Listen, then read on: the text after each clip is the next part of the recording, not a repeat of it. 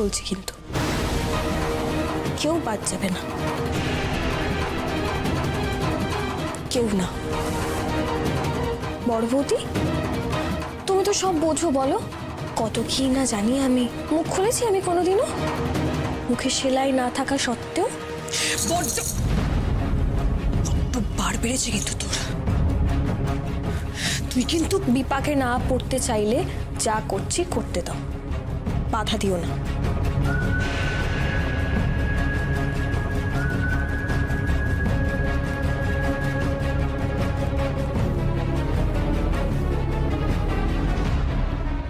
কথা বলতে হবে, সমীরের সাথে কথা বলতে হবে। বড্ড বর বেড়ে গেছে, টানা ছাটার সময় এসে গেছে ওর।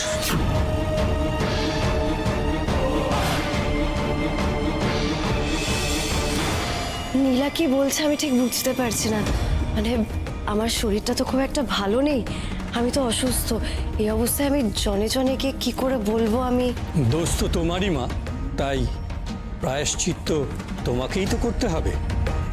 কিন্তু এই অবস্থায় জনে জনে বাড়ি বাড়ি গিয়ে বললে যদি অসুস্থ হয়ে পড়ে গুরুদেব? অসুস্থ হবে কেন?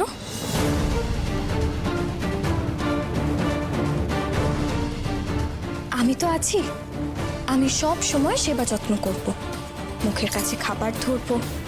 অসুস্থ হওয়ার কোনো প্রশ্নই নেই।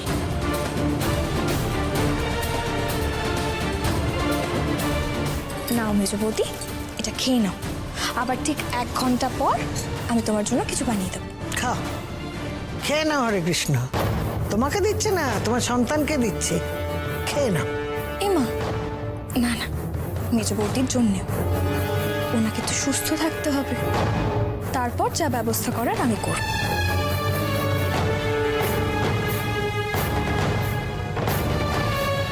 দাঁড়াও, কোথায় যাচ্ছ মা? গুরুদেব,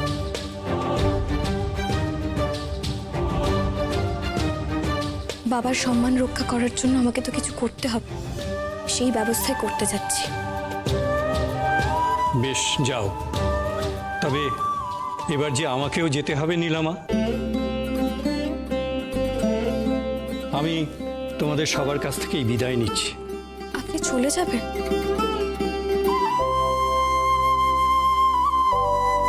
জয় শ্রীকৃষ্ণ। তার আগে আমায় আশীর্বাদ করুন গুরুদেব, আমি যেন আমার কাজে সফল হতে পারি। আমার আশীর্বাদ এই পরিবারের ওপরে রয়েছে, আর ভবিষ্যতেও থাকবে। ভালো কাজ করলে আমি সব সময় তোমাদের পাশে আছি।